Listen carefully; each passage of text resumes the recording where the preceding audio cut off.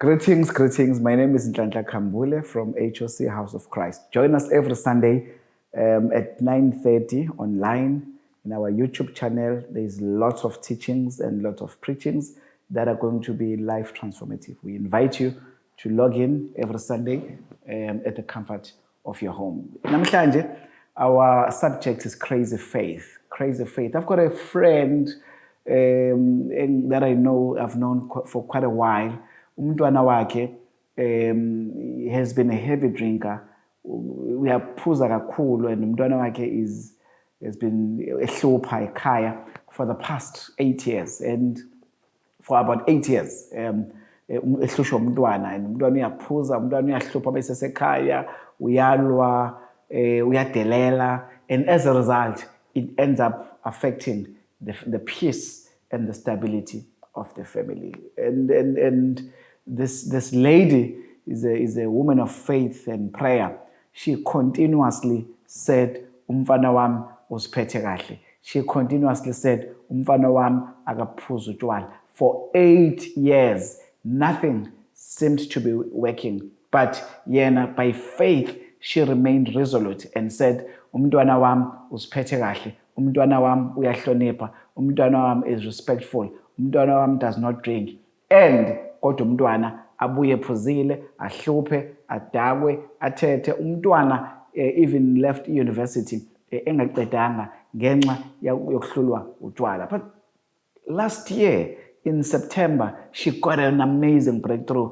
Umntwana wakhe, 1, stopped drinking. 2, without going to, they had tried rehab, they tried all sorts of measures ukuthi bamsupport umntwana kule journey le, bathethe balwe kunjalo bamdube, kodwa still umntwana remained unfortunately odweleni. But last year September uNkulunkulu emuhle wabenzela umusa. Umntwana, 1, stopped drinking. Number 2, received Christ as the Lord and Savior. But more importantly, number 3, she wafila waqala wahlonipha ekhaya, waba umntwana oyilento le akade beyifuna, became responsible, and early this year he went back umfana to university, and I believe in the first term of this year he's done exceptionally well in his studies. He's obviously not young anymore, he's in his mid to late 20s, but sibonga uNkulunkulu ukuthi ukwazile ukubuya. But what does that define? What it's not about the moment, it's about her faith. Umama who kept saying umntwana, and she kept declaring ukuthi umntwana uziphethe kahle, and her faith kumntwana ukuthi ngelinye ilanga uNkulunkulu uzowenza umusa. Our story today in this topic of crazy faith is based on a story that we know quite well in the book of Luke chapter 8. Sizofunda from verse 42. As Jesus was on his way, the crowds almost crushed him. Now, you don't get crushed by 10 people. You get crushed by hundreds or thousands of people who are mobbing around you. So for Jesus to be potentially crushed by the crowds, it means there must have been hundreds, if not thousands, of people that were following him, pressing to touch him, pressing to like, it's like a celebrity. Your favorite artist is in town. Your favorite international actor mhlawumbe is in town, and people are mobbing around this person. Beza bonke, and bayamcindezela, not in a negative way, but in a positive way. Why? Because this person is their celebrity. Now Jesus is in the same situation. There are thousands of people mobbing around him, who want to get a view of Jesus, who just want to touch Jesus. Now, but as the scripture continues, and a woman was there who had been subject to bleeding for 12 years, but no one could heal her. Verse 44 says, she came up behind him. And now who is him? Behind Jesus, and touched the edge of his cloak, and immediately the bleeding stopped. Verse 45 says, who touched me? Asks Jesus. When All had denied. Peter said, "Kodwa Nkosi, the crowd are pressing against you. How would we know which there's someone that touched you?" In verse 46, Jesus replies, he says, "Someone touched me. I know that power has gone out of me." I want us to understand. Let's just pause. Jesus is saying, I acknowledge that thousands of people are pressing towards me, but there's someone who touched me with purpose and faith. Ukhona lo muntu ongithintile. There are thousands who've touched me. There are thousands who've pressed me. There are thousands abafuna ukungithinta, abafuna ukungibona. But there's this one who touched me with purpose and faith.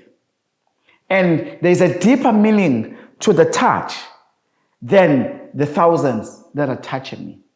Others are touching me because I'm a celebrity. But this one is touching me because she's in need of something much deeper than just touching a celebrity. Others have heard what I can do. They're touching me because they like me. But this one is touching me because she's after my power. Jesus says, I heard power. Kunamandla phumile kumina. Because the woman touched me in a purpose for her healing. Let me give you a bit of context. When the woman touched Jesus, she was not supposed to be there, because according to the Jewish law, the woman was supposed to have been stoned for even getting closer to the crowd. So she was not supposed to mingle with the crowd, ngoba she's defined as unclean, because if you're bleeding for more than 7 days, according to the Jewish law, you are unclean. Even when you're bleeding, even for 2 days, you are unclean. But it's even worse. It gets defined as a condition if it's more than 7 days. But the woman was there illegally. Number two, you can't even if you touch a cup of, if you're unclean, you touch a cup, that cup must be broken because it was touched by someone who is unclean. Not to mention touching ingubo of a rabbi. Jesus is a rabbi, and you're touching ingubo yakhe, you are in real trouble. Can be stoned. But the woman said, it's better for me to be found guilty and stoned if the rabbi finds me guilty and stones me than to live in this condition for more than 12 years. When I know that rabbi is the only one who's sitting with the power to heal me.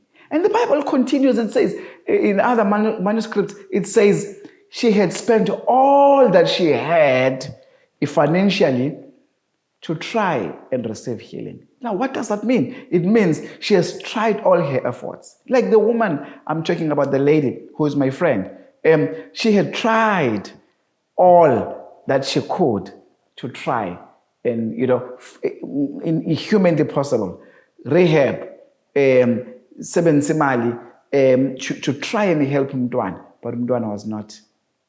But when she started focusing more on prayer, when she started fasting, and because last year she declared and said, this year is the last year, Mdwana wamehlupha. And she had a fast at 3 days every month from January last year. 9 months later, the breakthrough came. Now, so clearly the woman had tried doctors, tried various methods of trying to find a solution, because her condition has been going on for an extended period. But one day, she went to meet Jesus. And the Bible, another version says, she purposed in her heart. In other words, she purposed in her heart, esuke ekhaya, that namhlanje is the day where I get healed. Why? Because I'm going to have an encounter with Jesus. I want to come back to you. I know there's a situation that looks very complicated in your life, that looks bigger than you, that looks so massive that you've lost hope. The woman could have lost hope. 12 years later, she's still unclean. She's tried everything that is humanly possible. But God's grace, I'm here to tell you, is enough for your situation. I don't know what situation esibukeka sisikhulu kunawe. Yes, it may be bigger than you, but it is not bigger than the Creator. It is not bigger than the Creator of heavens and earth. It is not bigger than Jesus, who died for us at the cross so that we can receive our healing, so that we can be delivered, so that we can receive, our sins can be cleansed, so that we can receive the gift of righteousness, so that we can be blessed, so that curses can move away from our lives. That situation that looks so big, I'm telling you now, it's smaller than your God.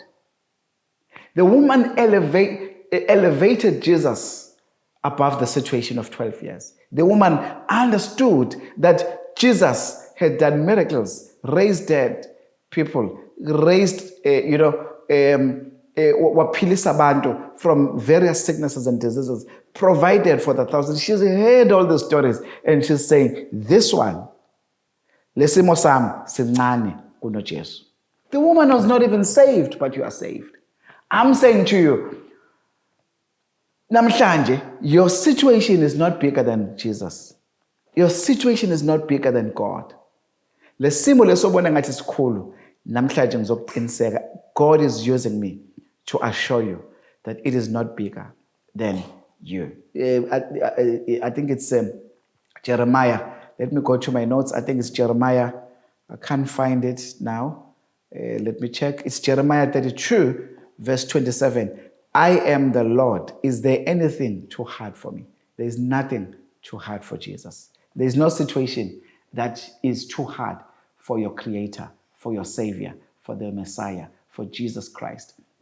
We serve a God that is bigger than your limitations, bigger than your delays, bigger than your sicknesses, bigger than your fear, bigger than your disappointments, bigger than the economic systems, bigger than the closed doors. Maybe because of the disappointments in your life, you think your condition is long.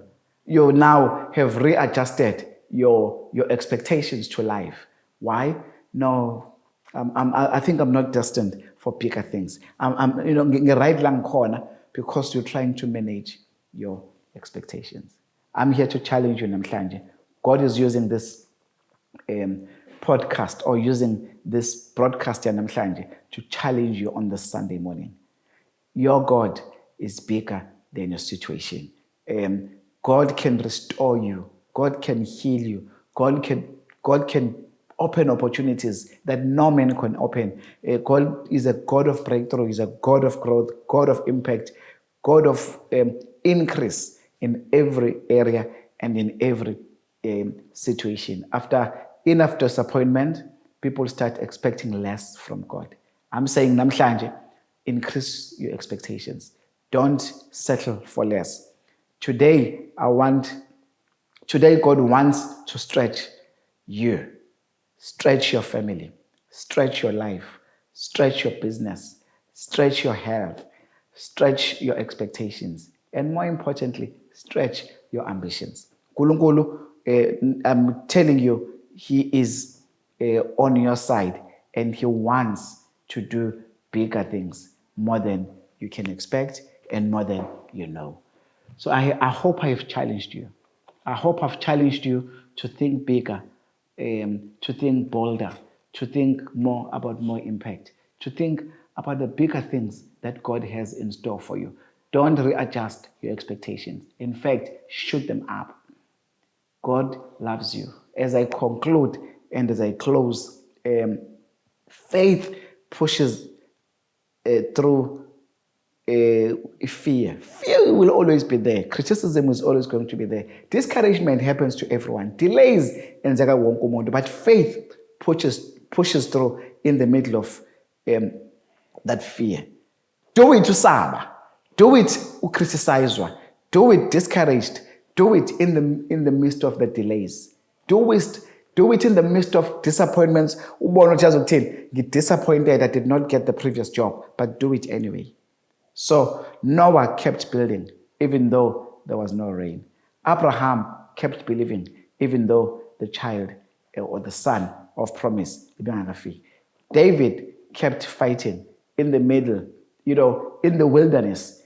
Even though as an anointee to be a king, he had to disappear and be chased in the wilderness for over 10 years.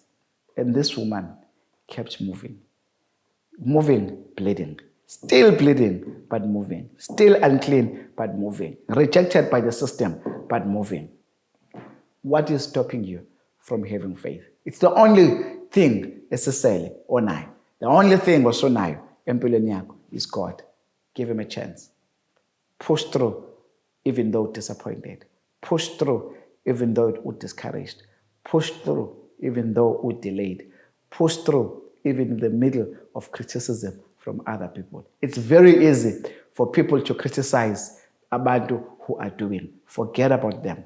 Push through. Your God is bigger than any situation, than anything, than the criticism you're facing, than the delays you've faced in your life.